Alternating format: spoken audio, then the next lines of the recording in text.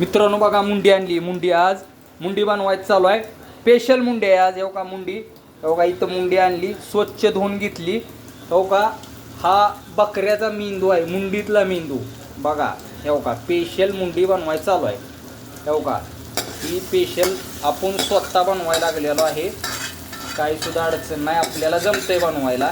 का पाहू शकता तुम्ही. आता ही मेंदू का ही तेल टाकलंय, नमक टाकलंय, हळद टाकली, एकदम ओके आहे. का जरा बघतो आता चालू आहे.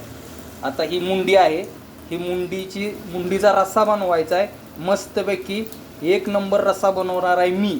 तुम्हाला आता थोड्या वेळानं रस्सा झाल्यानंतर एक व्हिडिओ टाकतो.